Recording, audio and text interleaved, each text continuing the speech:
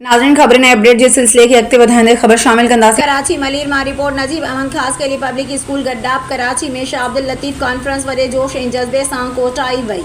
हिन कॉन्फ्रेंस में सिंध जे नाले वारे अदीबनि शाइरनि महक़क़नि दानिश्वरनि ऐं लतीफ़ शनासी जे माहिरनि खां अलावा स्कूल जे उस्ताद ऐं शागिर्दनि वॾे तादाद में शिरकत कई। कॉन्फ्रेंस में सिंध जी सक़ाफ़ती वरसी ऐं शाह अब्दुल लतीफ़ भिड़ाई जे फ़िक्री ऐं इल्मी पैगाम ते मुफ़्तिल बहस मुबाहिसा ऐं तक़रीबूं मुनक़द कयूं वयूं। कॉन्फ्रेंस की शुरुआत शाह लतीफ़ के मशहूर वाई सां थी जेका सभिनीनि जे दिलनि के लतीफ़ के फ़िक्र से मुनव्वर करे वई। प्रोग्राम की इब्तिदा में स्कूल के प्रिंसिपल ख़ालिद सैफुल्लाह भुट्टो सभी मेहमानन के आजियाणो पेश किया और स्कूल की कारकर्दगी और कामयाबी बाबत तफ़सीली ॼाण ॾिनी। हिन पंहिंजे ख़िताब में शाह लतीफ़ कॉन्फ्रेंस की अहमियत ते ज़ोर ॾींदे चयो त अहिड़ियूं तक़रीबूं असांजे सक़ाफ़ती वरसे के ज़िंदा रखण में अहम किरदार अदा कनि थियूं।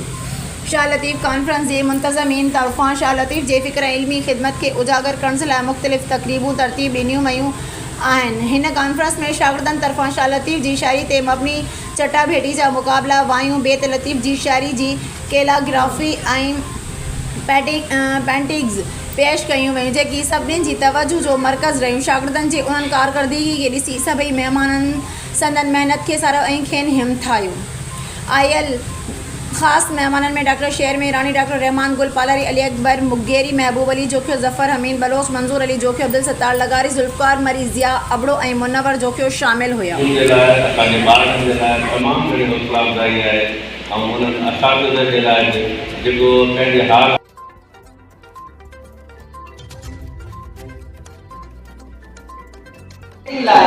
हमारे क्लास के शागिर्द अली रज़ा ऐं ज़ाकिर असलम के इलाज